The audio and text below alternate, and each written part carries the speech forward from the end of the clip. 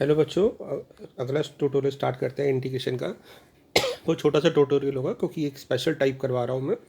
आपको दिख रहा है फॉर्म्स कैसी होंगी कि जब भी कोई क्वेश्चन ऐसी फॉर्म में आए जिसमें हमें इंटीग्रेट करना हो 1/a² + b² sin² x, या तो sin² की टर्म हो या cos² की टर्म हो या दोनों हो, तो कैसे करेंगे इसकी टाइप की इंटीग्रेशन को। तो बहुत सिंपल सी अप्रोच होती है। आपको ये सारी फॉर्म्स याद रखनी है, तभी आप आइडेंटिफाई कर पाएंगे और तभी एग्ज़ाम में सॉल्व कर पाएंगे। तो बेसिकली इस फॉर्म में आपको या तो cos² से डिवाइड करना होगा हर टर्म को, या sin² से। तो हम एक अप्रोच ध्यान रख लेते हैं कि भी हम cos² से ही करेंगे जब भी कोई क्वेश्चन आएगा। अब इसका बेनिफिट क्या मिलेगा एक बार देखें। अगर हम मान लेते हैं इस वाले इंटीग्रल में cos² से दोनों टर्म को डिवाइड करेंगे, मतलब ऊपर नीचे दोनों को, तो ऊपर आ जाएगा 1/cos²x, जिसको हम लिख देंगे sec²x। ऐसे ये बन जाएगा a²/cos²x, जिसको लिख सकते हैं a² sec²x। ठीक है, और इसको ले सकते हैं b² sin² tan²। अब ये जो मैंने अभी छोड़ दिया इसको कि sec² नहीं लिखा, क्यों, उसके पीछे रीज़न है कि sec² जो होता है वो tan x का डेरिवेटिव होता है। तो मैं क्या करूँगा, नीचे सारी टर्म्स को tan में कन्वर्ट कर दूँगा। ये ऑलरेडी tan है, और यहाँ जो sec² आया था उस sec² को हम लिख सकते हैं प्रॉपर्टी से 1 + tan²x। तो डिनोमीटर में सारी टर्म्स tan में आ जाएंगी।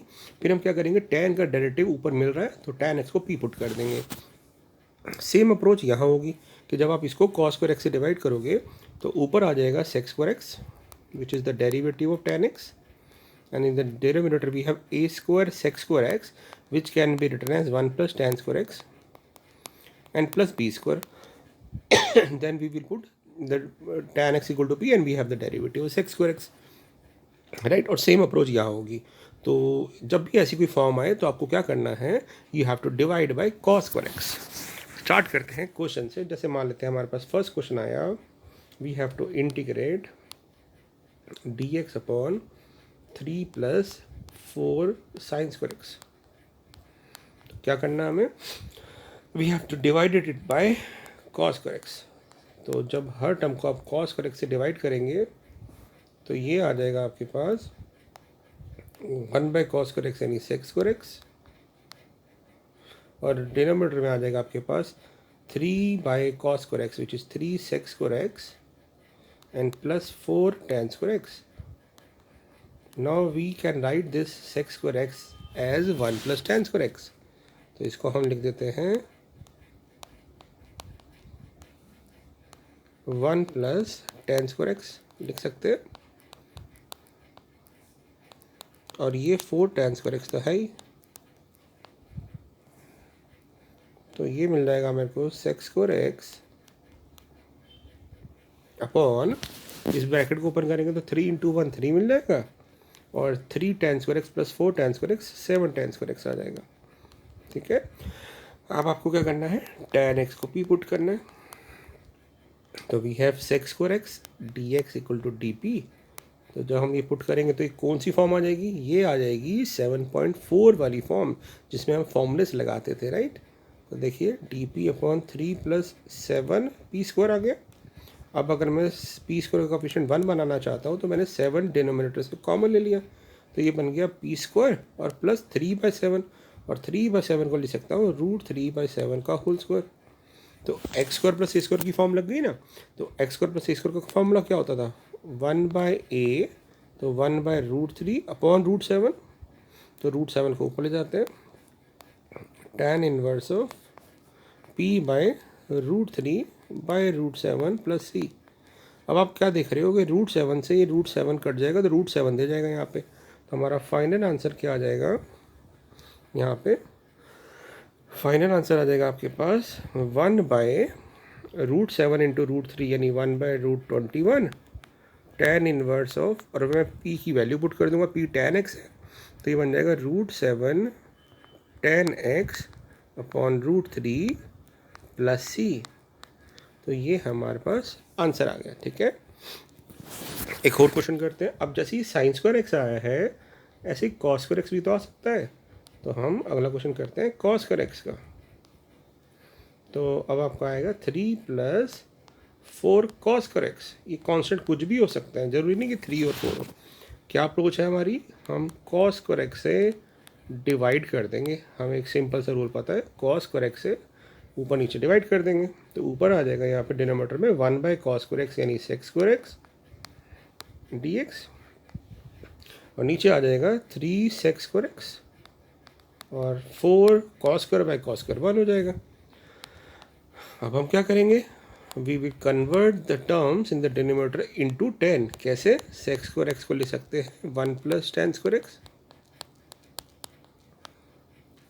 ठीक है ना। तो ये बन जाएगा sec² dx upon 3 + 3 tan²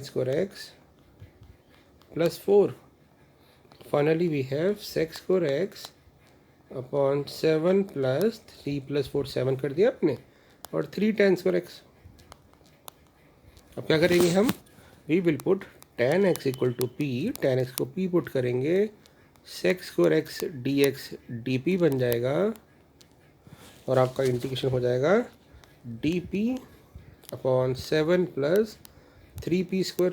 same approach, formula बनाने के लिए 3p² का कोएफिशिएंट 1 बनाने के लिए 3 कॉमन ले लेंगे डिनोमिनेटर से, तो ये आ जाएगा p² + 7/3, ठीक है। ठीक है, एक चीज़ और कर सकते थे हम इसमें कि अगर आपको पिछली फॉर्म याद है ना, तो वैसे कुछ नया नहीं है, ये कोई डिफिकल्ट भी नहीं, ऐसे ही करना चाहिए। बट अब ये भी कर सकते थे कि ना शुरू में ही cos² को लिख देते 1 - sin², जैसे इसको लिख देते 3 + 4 × 1 - cos², 1 - sin², तो ये बन जाता 4 - 4 sin², तो ये बन जाता 7 - 4 sin²। तो ऑलमोस्ट ये पिछले क्वेश्चन की तरह हो जाता है ना, साइन में आया था, फिर अब cos² से डिवाइड कर देते, तो कोई प्रॉब्लम नहीं है, दोनों तरीके से हम कर सकते हैं, ठीक है। बट अप्रोच याद होनी चाहिए कि इन सारी फॉर्म में हम cos² से डिवाइड करेंगे। वैसे sin² से भी कर सकते थे, बट उसमें ना फिर cot x को p पुट करना पड़ता, और cot x को p पुट करते तो कई बार होता है कि उसका डेरिवेटिव माइनस cos x² होता है, तो माइनस स्किप हो सकता है। इसलिए ऐसी प्रॉब्लम्स को मैं अवॉइड करने के लिए एक ही अप्रोच याद रख रहे हैं हम कि cos² x से डिवाइड करेंगे। अब क्या करेंगे, इसको लिख देंगे, ये है 1/3 p² + 7/3, है ना। ये है हमारे पास 1/3 dp अपॉन p² + 7/3, तो 7/3 को मैं लिख सकता हूँ √7/√3 का होल स्क्वायर। अब a² + x² की फॉर्म है, दिया हो जाएगा 1/√7√3 tan inverse of p/√7/√3 plus c। अब इस √3 को इस 3 से कैंसिल आउट कर देंगे तो √3 आ जाएगा। आपके पास आंसर आ गया 1/√21 tan inverse of √3 p/√7 plus c, और फिर p की वैल्यू पुट कर देंगे। p की वैल्यू है हमारे पास 1/21 tan inverse of √3 tan x upon √7 plus c, तो ये आपका आंसर आ जाएगा। तो फॉर्म समझ आ रही है आपको। अब चलते हैं अगली फॉर्म पे, मतलब अगले क्वेश्चन पे। फॉर्म सेम रहेगी। अब सेम क्वेश्चन करते हैं हम, dx अपॉन 3 sin², अब दोनों लिख लेते हैं, 3 sin² + 4 cos²। अब वैसे तो करना हमें वही है cos² से डिवाइड, बट आप चाहो तो पूरे क्वेश्चन को साइन में कन्वर्ट कर सकते हो इसको हटा के, या पूरे क्वेश्चन को cos में कन्वर्ट कर सकते हो इसको हटा के। कैसे हटाएं, इसको 1 - sin² को लिख देंगे, sin² को लिख देंगे 1 - cos², और cos² को ले सकते हैं 1 - sin², ठीक है। अदरवाइज ज़रूरत नहीं है, हम डायरेक्टली cos² से डिवाइड कर देंगे तो बहुत ईजिली फॉर्म आ जाएगी आपकी, ठीक है। कैसे आएगी देखो, तो dx और cos² से डिवाइड किया तो ऊपर आ गया sec², और डिनोमिनेटर में क्या आ गया 3 tan² + 4, है ना। साइन बाय cos tan हो गया और cos से cos कट गया। अब आप डायरेक्टली tan x को p पुट कर दो। जैसे ही tan x को p पुट करेंगे तो ये बन जाएगा sec² dx = dp, ठीक बात है। तो ये हमारी फॉर्म क्या आ जाएगी, dp अपॉन 3p² + 7 4। अब वही सेम कोएफिशिएंट 1 बनाने के लिए 3 कॉमन ले लिया, ये आ गया आपके पास p² + 4/3, जिसको हम ले सकते हैं 2/√3 का होल स्क्वायर। तो x² + a² का फॉर्मूला लगाएंगे तो ये बन जाएगा 1/a tan inverse of x/a, अब √3 से 3 कट जाएगा तो आपका आंसर आ जाएगा 1/2√3 tan इनवर्स ऑफ √3/2p और p की वैल्यू tan x प्लस सी। तो ये आपका आंसर आ जाएगा, ठीक है ना। तो बहुत इजी फॉर्म में आपको समझ आ गई होगी। अच्छा, अब एक चीज़ और कराता हूँ और उसके बाद फिर ये ओवर हो गया। कि जैसे मान लेते हैं अगर आपके पास क्वेश्चन आया था ये 1+3 मान लेते हैं साइन स्क्वायर एक्स, तो मैंने बोला था आप इसको कॉस में भी कन्वर्ट कर सकते हो 1 माइनस करके, है ना, या डायरेक्टली कर सकते हो। नहीं तो अगर आपको ये तीसरा क्वेश्चन ध्यान ईजी लगे कि जिसमें साइन स्क्वायर कॉस स्क्वायर है, जिसमें ऑलरेडी डायरेक्टली टैन में आ जाता है, तो वो भी कर सकते हैं। कैसे? आप ना क्या करो, इस 1 को लिख दो sine square plus cos square, लिख सकते हैं। इस 1 को लिख दो cos square x plus sine square x. अब प्लस साइन स्क्वायर एक्स, एक साइन स्क्वायर एक्स यहाँ से आएगा और 3 यहाँ बैठे हैं, तो कितने बन जाएंगे? ये बन जाएंगे 4 साइन स्क्वायर एक्स। इसको लिख दो 4 साइन स्क्वायर एक्स। तो ये आपका थर्ड क्वेश्चन की तरह हो गया। अब आप डिवाइड कर दो कॉस स्क्वायर एक्स से, है ना।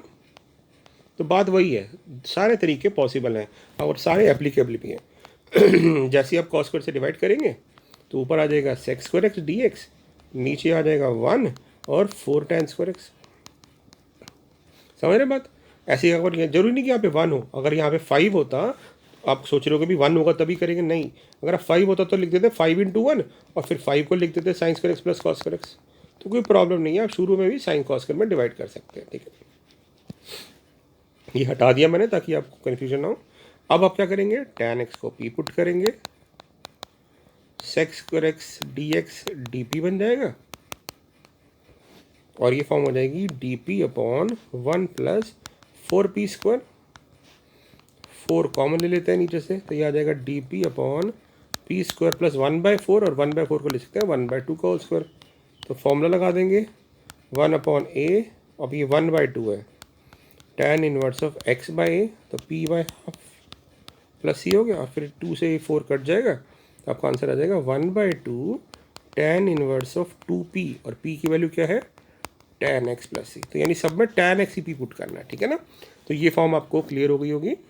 ये 2-3 क्वेश्चन आपको मैं प्रैक्टिस के लिए देता हूँ, आप ट्राई कर लीजिएगा, बहुत ही ईजी है। मान लेते हैं आगे आपके पास 7 - 3 cos स्क्वायर एक्स, माइनस भी आ सकता है, जरूरी प्लस हो, बट अप्रोच वही रहेगी। ये फिर आप कर लेना 5 + 4 साइन स्क्वायर एक्स, ये भी सही फॉर्म क्वेश्चन है। और ये भी कर सकते हैं आप 12 sine square x plus 5 cos square x. तो इन क्वेश्चंस की आप प्रैक्टिस कर लीजिएगा। तो आई होप अब आपको ये समझ आ गई होगी फॉर्म जो हमने ये फॉर्म की है। तो ये एक स्पेशल टाइप थी जो हमने कंप्लीट कर ली है कि जब भी ऐसा इंटीग्रेशन आए dx/a² + b² sine square x या cos स्क्वायर एक्स या दोनों sine square cos square x दोनों, तो हमें क्या करना है, cos स्क्वायर एक्स से डिवाइड। मैं फिर से बोल रहा हूँ, साइन स्क्वायर से भी कर सकते थे बट हम ज़्यादा चीज़ें नहीं याद रखेंगे। अब साइन स्क्वायर एक्स से करते तो cot x में कन्वर्ट हो जाता और cot x को p पुट कर पाते, ठीक है। बट हम एक ही चीज़ ध्यान रखते हैं कि tan x को p पुट करेंगे, ठीक है। इसको रिवाइज कर लीजिएगा, ओके, क्लियर है। Thank you.